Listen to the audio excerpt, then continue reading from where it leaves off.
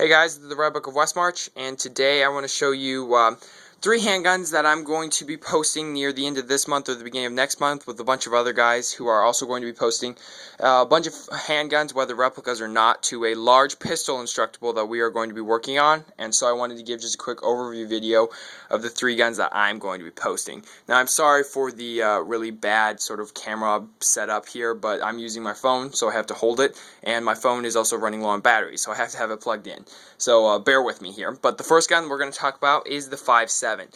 I'm sure you guys have seen my other Five-SeveN, if you're a member of Instructables and if you're a connexer on that website. There's a pretty high probability that you've seen it. It's pretty popular, but I wanted to build a better version. Now, sadly, this version does not have a slide. My other version did. But the nice thing about this version is it has a removable magazine. Now, I'm pulling it out weird because the magazine, I only have one hand. The other hand, like I said, is holding my phone. It has a removable magazine. It's true trigger setup, so when it uses a system that I didn't invent but has become pretty popular. Essentially, I call it a push pin. Essentially, what happens is you pull the firing pin back, and then as you let the firing pin slide forwards here, it pushes a bullet out of the magazine and up against the trigger. When you pull the trigger, both of the firing pin and the pin go in that direction, thus shooting the bullet. Then you just reset the pin and fire again. It's not anything new or innovative. At the same time, it's cool.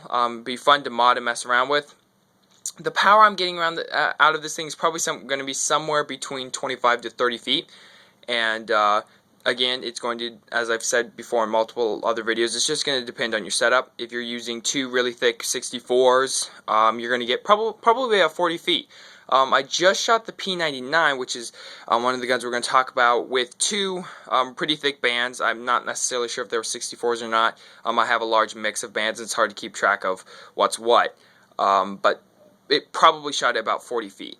It had quite a bit of power, an incredible amount of power, and we'll get to that later. But this gun uses the same internals as the P99, so they're going to get the same amount of range and power if you use the exact same bands and whatnot. So that's the Five-SeveN. The next gun on the list is the CZ75. Now, a lot of you guys will know this from your Black Ops days.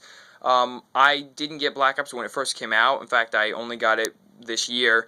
But I've been playing quite a bit of that with my brother. We've been doing some one-on-one battles, and I'm a big fan of the CZ75. To be honest, I prefer the Colt Python.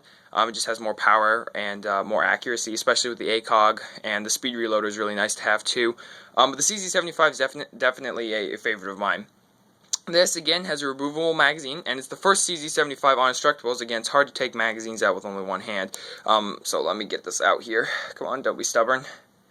Come on. And of course, it doesn't want to come out. So let me set the phone down here for just a second. And give me just a moment here.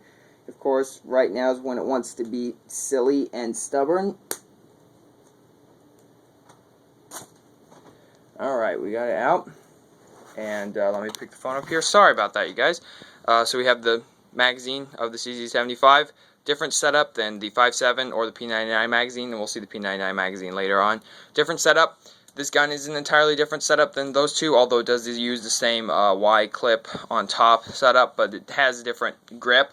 The grip's longer, so the magazine has to be quite a bit different. And the reason why I have this little area sticking out here on the bottom of the magazine is so that you can pull it out, because the original magazine on the real gun is flush with the bottom of the grip. And the reason why you can't do that with K'NEX guns is because then you can't get the magazine out, because there is no magazine eject on K'NEX handguns, which would be really sweet if somebody could invent that. Anywho, I'm just rambling here, and that's the CZ75. Again, nothing too special. Pretty comfortable. Not as comfortable as either of the other 2 guns. Nice iron sights. Looks a lot like the CZ75. Just, again, it's a replica, so it's just something to have fun playing around with. The last gun, the Walther P99.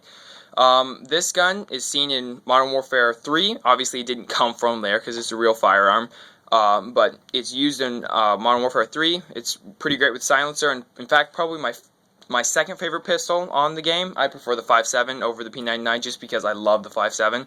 Big fan of that handgun, but this is definitely my second favorite, and really comfortable. Probably the most comfortable pistol grip magazine gun that I've ever made or ever seen. Again, really comfortable. Nice iron sights. good power, very good power, probably 40 feet, which really isn't too bad, especially for a handgun and a push pin mechanism. So that's the basic stats of all these three guns.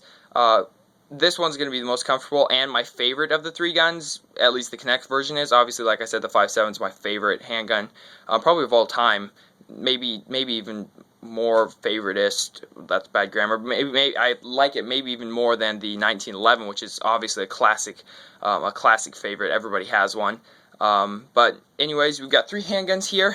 Some of them got good power, others are more comfortable, but overall, they're nice handguns, and I hope to see you guys comment. And if you're not a member of Instructables, go and join us. A lot of us Connectors really like to see new guys. New guys bring new ideas. So thanks for watching. Give us a like, that's always helpful. Give us a favorite, comment, tell us what you'd like to see next, and we'll see you at either YouTube or Instructables.